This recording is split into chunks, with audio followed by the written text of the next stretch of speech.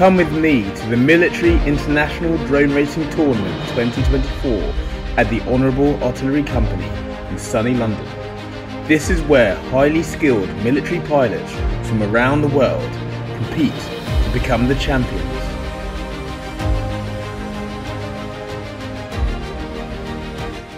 It's a real honour to be in the Military International Drone Racing Championship for the RAF.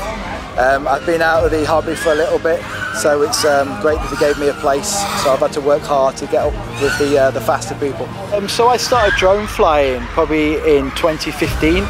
Before that I was flying regular models like helicopters and fixed wing planes. So these aren't the fastest drones you can get. These are racer spec. They're designed to go quick, not fast, but they probably go to about 80-90 miles per hour. Flying drone has helped me with various skills like hand-eye coordination.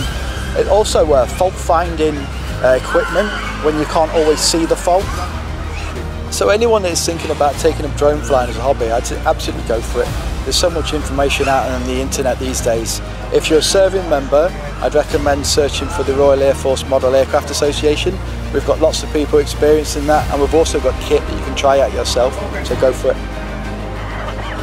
To be in this tournament feels honestly great. It is such a great honour to be able to compete against all these pilots who come from a range of different backgrounds, whether civilian or military, and also internationally as well. It's truly an honour. So while I was in training, I got invited to do a drone building workshop, and I got introduced to the world of drones from there. I have been previously watching YouTube videos of the freestyle drone racing, going through abandoned buildings and things, and as soon as I realized, oh, you can actually build your own drones, I really got into it.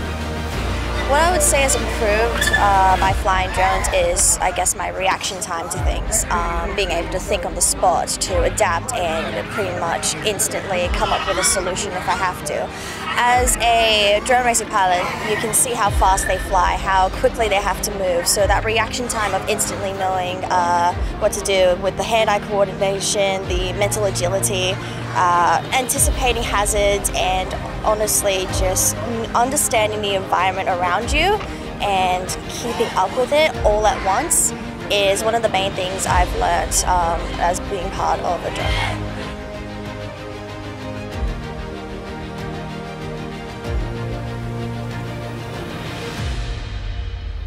I'm Sergeant Cy Fassler. I'm an aircraft technician mechanical. I am up at RAF Waddington, and I've been in the Air Force for 21 years. To be here in London for MIDA is pretty surreal.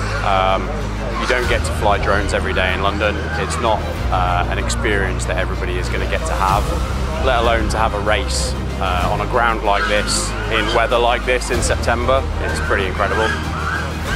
With all the other nations here, it's been fantastic actually, because we have such a varied experience amongst everybody. I certainly have learned something about the settings on my own drone. I use a protocol that not many people in the UK use, but it's very prolific in Australia, so they've helped me out a little bit there. And we all just share experiences, and it improves that. It's like anything, you know, if you go to a high level sport and everybody around you is a high level, it improves your level. Today is going much, much better. I am currently around mid-table, which I'll be happy with if I finish mid-table. I'm the oldest member of the team, so I'm pretty content with where I'm at.